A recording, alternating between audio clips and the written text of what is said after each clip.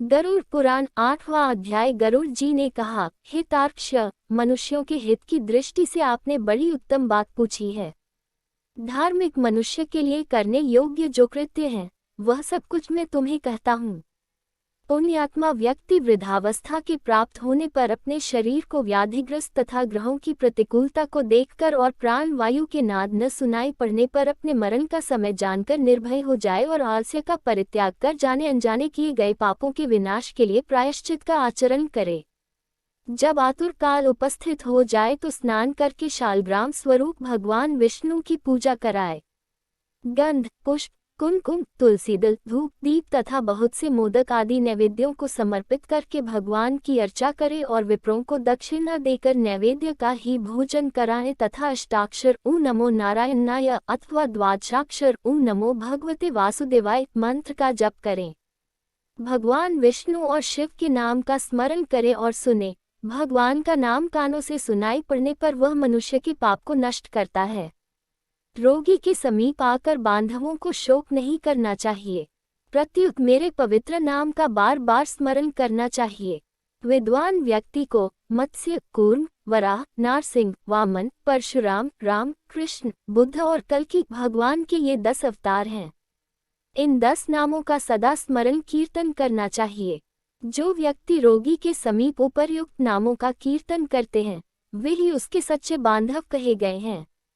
कृष्ण, यह मंगलमय नाम जिसकी वाणी से उच्चरित होता है, उसके करोड़ों महापातक तत्काल भस्म हो जाते हैं। मरणासन अवस्था में अपने पुत्र के बहाने से नारायण नाम लेकर अजामिल भी भगत धाम को प्राप्त हो गया, तो फिर जो श्रद्धापूर्वक भगवान के नाम का उच्चारण करने वाले हैं, उनके विषय में क्या कहना। दूषित चित्तवृत्ति वाले व्यक्ति के द्वारा भी स्मरण किए जाने पर भगवान उसके समस्त पापों को नष्ट कर देते हैं, जैसे अनिच्छापूर्वक भी स्पर्श करने पर अग्नि जलाता ही है। हे द्विज, वासना के सहित पापों का समूल विनाश करने की जितनी शक्ति भगवान नाम में है, पापी मनुष्य उतना पाप करने में समर्थ ही नहीं है। यमदेव अपने किंकरों से कहते हैं, हे दूतों, हमारे पास नास्तिक जनों को ले आया करो। भगवान के नाम का स्मरण करने वाले मनुष्यों को मेरे पास मत लाया करो, क्योंकि मैं स्वयं अच्युत, केशव, राम, नारायण, कृष्ण, दामोदर, वासुदेव, हरि, श्रीधर, माधव, गोपिका वल्लभ, जानकी नायक रामचंद्र का भजन करता हूँ। हे दूतों, जो व्यक्ति हे कमल नयन, हे वासुदेव, हे विष्णु, हे धरणीधर, हे अच्युत, हे शंख चक्रपाणि, आप मेरे शरणदाता हो, ऐसा कहते हैं, उन निष्पाप व्यक्तियों को तुम दूर से ही छोड़ देना। हे दूतों, जो निष्किंचन और रसज्ञ परमहंसों के द्वारा निरंतर आस्वादित भगवान मुकुंद के पादारविंद मकरंद रस से विमुख है, अर्थात भगवत भक्ति से विमुख है और नरक के मूल गृहस्थी के प्रपंच में तृष्णा से बद्ध हैं, ऐसे असत पुरुषों को मेरे पास लाया करो। जिनकी जिन्हवा भगवान के गुण और नाम का कीर्तन नहीं करती, चित भगवान के चरणाविंद का स्मरण नहीं करता, सिर एक बार भी भगवान को प्रणाम नहीं करता, ऐसे विष्णु की आराधना उपासना आदि कृत्यों से रहित सत्पुरुषों को मेरे पास ले आओ। इसलिए हे पक्षीद्र, जगत में मंगल स्वरूप भगवान विष्णु का कीर्तन ही एकमात्र महान पापों के आत्यंतिक और एकांतिक निवृत्ति का प्रायश्चित है, ऐसा जानो। नारायण से पराडमुख रहने वाले व्यक्तियों के द्वारा किए गए प्रायश्चित्ताचरण भी दुर्बुद्धि प्राणी को उसी प्रकार पवित्र नहीं कर सकते, जैसे मदिरा से भरे घट को गंगाजी सदृश नदियां पवित्र नहीं कर सकती। भगवान कृष्ण के नाम स्मरण से पाप नष्ट हो जाने के कारण जीव नरक को नहीं देखते और स्वप्न में भी कभी यम तथा यमदूतों को नहीं देखते। जो व्यक्ति अंतकाल में नंदनंदन भगवान श्री कृष्ण के पीछे चलते हैं, आई गाय को ब्राह्मणों को दान देता है, वह मांस, हड्डियों और रक्त से परिपूर्ण वैतरणी नदी में गिरता अथवा जो मृत्यु के समय में नंदनंदन इस प्रकार की वाणी का उच्चारण करता है, शरीर धारण नहीं करता अर्थात मुक्त हो जाता है। अतः पापों के समूह को नष्ट करने वाले महाविष्णु के नाम का स्मरण करना चाहिए अथवा गीत या विष्णु सहस्त्र नाम का पठन अथवा श्रवण करना चाहिए। एकादशी का व्रत, गीता, गंगाजल, तुलसी दल, भगवान विष्णु का चरणामृत और नाम, ये मरण काल में मुक्ति देने वाले हैं। इसके बाद घृत और सुवर्ण सहित अन्नदान का संकल्प करें। श्रोत्रिय द्विज वेद पाठी ब्राह्मण को सवत्सा गौ का दान करें। हे तार्क्ष्य, जो मनुष्य अंतकाल में थोड़ा बहुत दान देता है और पुत्र उसका अनुमोदन करता है, वह दान अक्षय होता है। सत्पुत्र को चाहिए कि अंतकाल में सभी प्रकार का दान दिलाए। लोक में धर्मज्ञ पुरुष इसीलिए पुत्र के लिए प्रार्थना करते हैं।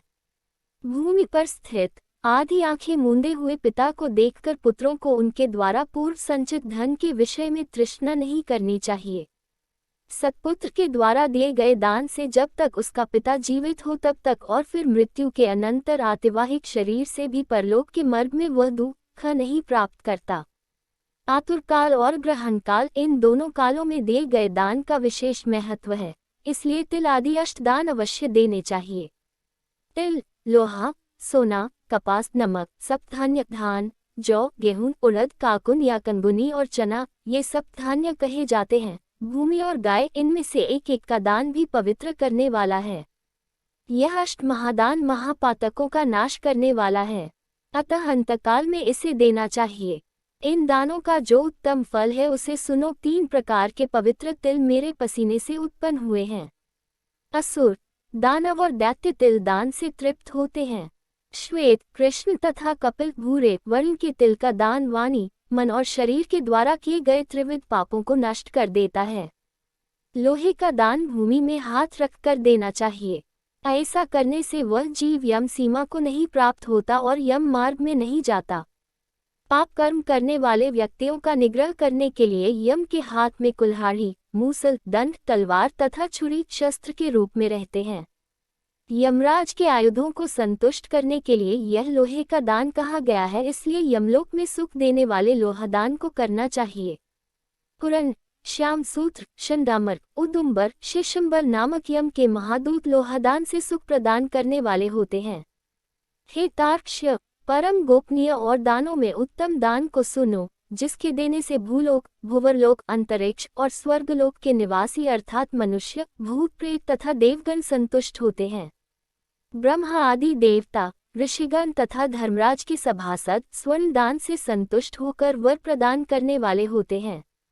इसलिए प्रेत के उद्धार के लिए स्वर्ण दान करना चाहिए। हे तात, स्वर्ण का दान देने से जीव यमलोक नहीं जाता, उसे स्वर्ग की प्राप्ति होती है। बहुत काल तक वह सत्यलोक में निवास करता है। तदनंतर इस लोक में रूपवान, धार्मिक, वाक्पटु, श्रीमान और अतुल पराक्रमी राजा होता है। कपास का दान देने से यमदूतों से भय नहीं होता। लवण का दान से यम से भय नहीं होता। लोहा, नमक, कपास, तुल और स्वर्ण के दान से यमपुर के निवासी चित्रगुप्त आदि संतुष्ट होते हैं।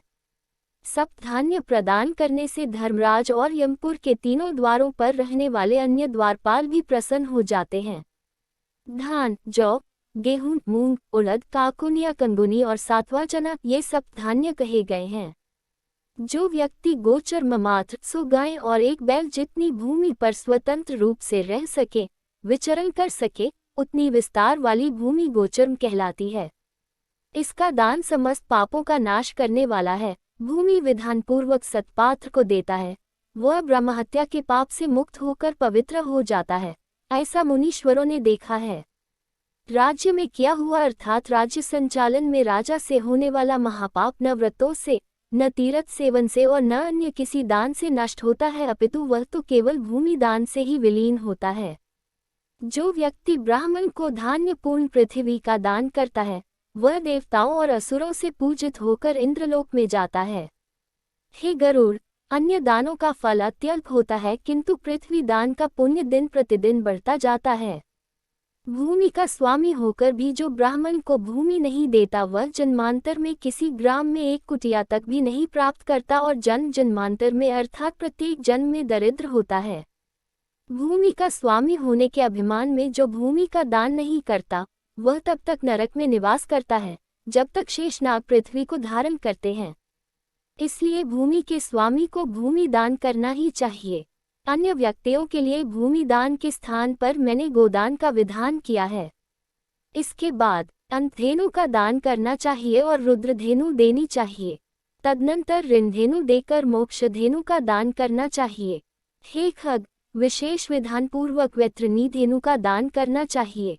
दान में दी गई गौ मनुष्य को त्रिविध पापों से मुक्त करती है। बाल्यावस्था में कुमारावस्था में, युवावस्था में, वृद्धावस्था में अथवा दूसरे जन्म में, रात में, प्रातःकाल, मध्याह्न, अपराह्न और दोनों संध्या कालों में शरीर, मन और वाणी से जो पाप किए गए हैं, वे सभी पाप तपस्या और सदाचार से युक्त वेदविद ब्राह्मणों को उपस्कर युक्त दान सामग्री सहित सवत्सा और दूध देने वाली कपिला गौ के एक बार दान देने से नष्ट हो जाते हैं। दान में दी गई वह गौ अंतकाल में गोदान करने वाले व्यक्ति का संचित पापों से उद्धार कर देती है। स्वस्थचित्तावस्था में दी गई एक गौ, आतुरावस्था में दी गई 100 गाय और मृत्युकाल में चित्त विविजित व्यक्ति के द्वारा दी गई 1000 गाय तथा मरणोत्तर काल में दी गई विधिपूर्वक 1,00,000 गाय के दान का फल बराबर ही होता है। यहाँ स्वस्थावस्था में गोदान करने का विशेष महत्व बतलाया गया है। तीर्थ में सत्पात्र को दी गई एक गाय का दान 1,00,000 गोदान के तुल्य होता है। सत्पात्र में दिया गया दान 1,00,000 गुना होता है। उस दान से दाता को अनंत फल प्राप्त होता है और दान लेने वाले पात्र को प्रतिग्रह दान लेने का दोष नहीं लगता। स्वाध्याय और होम करने वाला तथा दूसरे के द्वारा पकाए गए अन्न को न खाने वाला अर्थात स्वयं पाकी ब्राह्मण रत्नपूर्ण पृथ्वी का दान लेकर भी प्रतिग्रह दोष से लिप्त नहीं होता। विष और शीत को नष्ट करने वाले मंत्र और आग भी क्या दोष के भागी होते हैं। अपात्र को दी गई वह गाय दाता को नरक में ले जाती है और अपात्र प्रतिग्रहीता को 101 पीढ़ी के पुरुषों के सहित नरक में गिराती है। इसलिए अपने कल्याण की इच्छा करने वाले विद्वान व्यक्ति को अपात्र को दान नहीं देना चाहिए। एक गाय एक ही ब्राह्मण को देनी चाहिए। बहुत ब्राह्मणों को एक गाय कदापि नहीं देनी चाहिए। वह गौ यदि बेची या बांटी गई तो 7 पीढ़ी तक के पुरुषों को जला देती है। हे खगेश्वर, मैंने तुमसे पहले वैतरणी नदी के विषय में कहा था, उसे पार करने के उपायभूत गोदान के विषय में मैं तुमसे कहता हूँ। काले अथवा लाल रंग की गाय को सोने के सींग, चांदी के खुर और कांसे के पात्र की दोहनी के सहित 2 काले रंग के वस्त्रों से आच्छादित करें। उसके कंठ में घंटा बांधे तब कपास के ऊपर वस्त्र सहित ताम्रपात्र को स्थापित करके वहां लोहादन सहित सोने की यम मूर्ति भी स्थापित करें और कांसे के पात्र में घृत रखकर यह सब ताम्रपात्र के ऊपर रखें। ईख की नींव बनाकर उसे रेशमी सूत्र से बांधकर भूमि पर गड्ढा खोदे एवं उसमें जल भरकर वही ईख की नाव उसमें डाले। उसके समीप सूर्य की देह से उत्पन्न हुई धेनु को खड़ी करके शास्त्रीय विधि विधान के अनुसार उसके दान का संकल्प करें। ब्राह्मणों को अलंकार और वस्त्र का दान दे तथा गंध, पुष्प, अक्षत आदि से विधानपूर्वक गाय की पूजा करें। गाय की पूंछ को पकड़कर ईख की नाव पर पैर रखकर ब्राह्मण को आगे करके इस मंत्र को पढ़े, हे जगन्नाथ, हे शरणागत वत्सल, भवसागर में डूबे हुए शोक संताप की लहरों से दुख प्राप्त करते हुए जनों के आप ही रक्षक हैं। हे ब्राह्मण श्रेष्ठ, विष्णु रूप, भूमि देव, आप मेरा उद्धार कीजिए। मैंने दक्षिणा के सहित यह वैतरणी रूपिणी गाय आपको दी है, आपको नमस्कार है। मैं महाभयावह यम मार्ग में 100 योजन विस्तार वाली उस वैतरणी नदी को पार करने की इच्छा से आपको इस वैतरणी गाय का दान देता हूँ। आपको नमस्कार है, हे वैतरणी धेनु। हे देवेशी, यमद्वार के महामार्ग में वैतरणी नदी के पार कराने के लिए आप मेरी प्रतीक्षा करना, आपको नमस्कार है। मेरे आगे भी गौएं हो, मेरे पीछे भी गौएं हो, मेरे हृदय में भी गौएं हो और मैं गौओं के मध्य में निवास करूं। जो लक्ष्मी सभी प्राणियों में प्रतिष्ठित हैं तथा जो देवता में प्रतिष्ठित हैं, वही धेनु रूपा लक्ष्मी देवी मेरे पाप को नष्ट करें। इस प्रकार मंत्रों से भली भांति प्रार्थना करके हाथ जोड़कर गाय और यम की प्रदक्षिणा करके सब कुछ ब्राह्मण को प्रदान करें। हे खग, इस विधान से जो वैतरणी धेनु का दान करता है, वह धर्म मार्ग से धर्मराज की सभा में जाता है। शरीर की स्वस्थावस्था में ही वैतरणी विषयक व्रत का आचरण कर लेना चाहिए और वैतरणी पार करने की इच्छा से विद्वान को वैतरणी गाय का दान करना चाहिए। हे खग, वैतरणी गाय का दान करने से महामार्ग में वह नदी नहीं आती, इसलिए सर्वदा पुण्यकाल में गोदान करना चाहिए। गंगा आदि सभी तीर्थों में, ब्राह्मणों के निवास स्थानों में, चंद्र और सूर्य ग्रहण काल में, संक्रांति में, अमावस्या तिथि में, उत्तरायण और दक्षिणायन, कर्क और मकर संक्रांतियों में, विषुव अर्थात मेष तथा तुला की संक्रांति में, व्यतिपात योग में, युगादि तिथियों में तथा अन्यान्य पुण्य कालों में उत्तम गोदान देना चाहिए। जब कभी भी श्रद्धा उत्पन्न हो जाए और जब भी दान के लिए सुपात्र प्राप्त हो जाए, वही समय दान के लिए पुण्य काल है, क्योंकि संपत्ति अस्थिर है। शरीर नश्वर है, संपत्ति सदा रहने वाली नहीं है और मृत्यु प्रतिक्षण निकट आती जा रही है, इसलिए धर्म का संचय करना चाहिए। अपनी धन संपत्ति के अनुसार किया गया दान अनंत फल वाला होता है। इसलिए अपने कल्याण की इच्छा रखने वाले व्यक्ति को विद्वान ब्राह्मण को दान देना चाहिए। अपने हाथ से अपने कल्याण के लिए दिया गया अल्पवित्त वाला वह दान भी अक्षय होता है और उसका फल भी तत्काल प्राप्त होता है। दान रूपी पाथेय को लेकर जीव परलोक के महामार्ग में सुखपूर्वक जाता है, अन्यथा दान रूपी पाथेय रहित प्राणी को यममार्ग में क्लेश प्राप्त होता है। पृथ्वी पर मनुष्यों के द्वारा जो दान दिए जाते हैं, यमलोक के मार्ग में सभी आगे आगे उपस्थित हो जाते हैं। महान पुण्य के प्रभाव से मनुष्य जन्म प्राप्त होता है। उस मनुष्य योनि को प्राप्त कर जो व्यक्ति धर्माचरण करता है, वह परमगति को प्राप्त करता है। धर्म को न जानने के कारण व्यक्ति संसार में दुखपूर्वक जन्म लेता है और मरता है। केवल धर्म के सेवन में ही मनुष्य जीवन की सफलता है। धन, पुत्र, पत्नी आदि बांधव और यह शरीर भी सब कुछ अनित्य है, इसलिए धर्माचरण करना चाहिए। जब तक मनुष्य जीता है तभी तक बंधु बांधव और पिता आदि का संबंध रहता है। मरने के अनंतर क्षण मात्र में संपूर्ण स्नेह संबंध निवृत्त हो जाता है। जीवितावस्था में अपनी आत्मा ही अपना बंधु है, ऐसा बार बार विचार करना चाहिए। मरने के अनंतर कौन उसके उद्देश्य से दान देगा, ऐसा जानकर अपने हाथ से ही सब कुछ दान देना चाहिए, क्योंकि जीवन अनित्य है। बाद में अर्थात उसकी मृत्यु के पश्चात कोई भी उसके लिए दान नहीं देगा। मृत शरीर को काठ और ढेले के समान पृथ्वी पर छोड़कर बंधु बांधव विमुख होकर लौट जाते हैं। केवल धर्म ही उसका अनुगमन करता है। धन संपत्ति घर में ही छूट जाती है, सभी बंधु बांधव शमशान में छूट जाते हैं, किंतु प्राणी के द्वारा किया हुआ शुभाशुभ कर्म परलोक में उसके पीछे पीछे जाता है। शरीर आग से जल जाता है, किंतु किया हुआ कर्म साथ में रहता है। प्राणी जो कुछ पाप अथवा पुण्य करता है, उसका वह सर्वत्र भोग प्राप्त करता है। इस दुखपूर्ण संसार सागर में कोई भी किसी का बंधु नहीं है। प्राणी अपने कर्म संबंध से संसार में आता है और फल भोग से कर्म का क्षय होने पर पुनः चला जाता है, अर्थात मृत्यु को प्राप्त हो जाता है।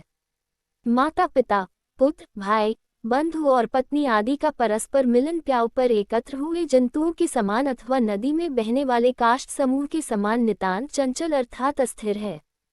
किसके पुत्र, किसके पौत्र, किसकी भार्या और किसका धन, संसार में कोई किसी का नहीं है। इसलिए अपने हाथ से स्वयं दान देना चाहिए।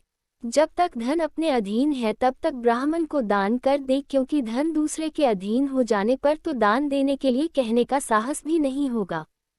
पूर्व जन्म में किए हुए दान के फलस्वरूप यहाँ बहुत सारा धन प्राप्त हुआ है, इसलिए ऐसा जानकर धर्म के लिए धन देना चाहिए। धर्म से अर्थ की प्राप्ति होती है, धर्म से काम की प्राप्ति होती है और धर्म से ही मोक्ष की भी प्राप्ति होती है, इसलिए धर्माचरण करना चाहिए। धर्म श्रद्धा से धारण किया जाता है, बहुत सी धन राशि से नहीं। अकिचन मुनिगण भी श्रद्धावान होकर स्वर्ग को प्राप्त हुए हैं। जो मनुष्य पत्र, पुष्प, फल अथवा जल मुझे भक्तिभाव से समर्पित करता है, उस संयतात्मा के द्वारा भक्तिपूर्वक दिए गए पदार्थों को मैं प्राप्त करता हूँ। इसलिए विधि विधान पूर्वक अवश्य ही दान देना चाहिए। थोड़ा हो या अधिक इसकी कोई गणना नहीं करनी चाहिए। जो पुत्र पृथ्वी पर पड़े हुए आतुर पिता के द्वारा दान दिलाता है, वह धर्मात्मा पुत्र देवताओं के लिए भी पूजनीय होता है। माता पिता के निमित्त जो धन पुत्र के द्वारा सत्पात्र को समर्पित किया जाता है, उससे पुत्र, पौत्र और प्रपौत्र के साथ वह व्यक्ति स्वयं भी पवित्र हो जाता है। पिता के उद्देश्य से किए गए दान से 1000 गुना, बहन के उद्देश्य से किए गए दान से 10,000 गुना और सहोदर भाई के निमित्त किए गए दान से अनंत गुना पुण्य प्राप्त होता है। दान देने वाला उपद्रवग्रस्त नहीं होता, उसे नरक यातना नहीं प्राप्त होती और मृत्युकाल में उसे यमदूतों से भी कोई भय नहीं होता। हे खग, यदि कोई व्यक्ति लोभ से आतुरकाल में दान नहीं देते, वे कंजूस पापी प्राणी मरने के अनंतर शोकगमन होते हैं। आतुर काल में आतुर के उद्देश्य से जो पुत्र, पौत्र, सहोदर भाई, सगोत्री और सुहृदजन दान नहीं देते, वे ब्रह्महत्यारे हैं, इसमें कोई संशय नहीं है। इस प्रकार गरुड़ पुराण के अंतर्गत सारोद्धार में आतुरदाना निरूपण नामक 8वां अध्याय पूरा हुआ।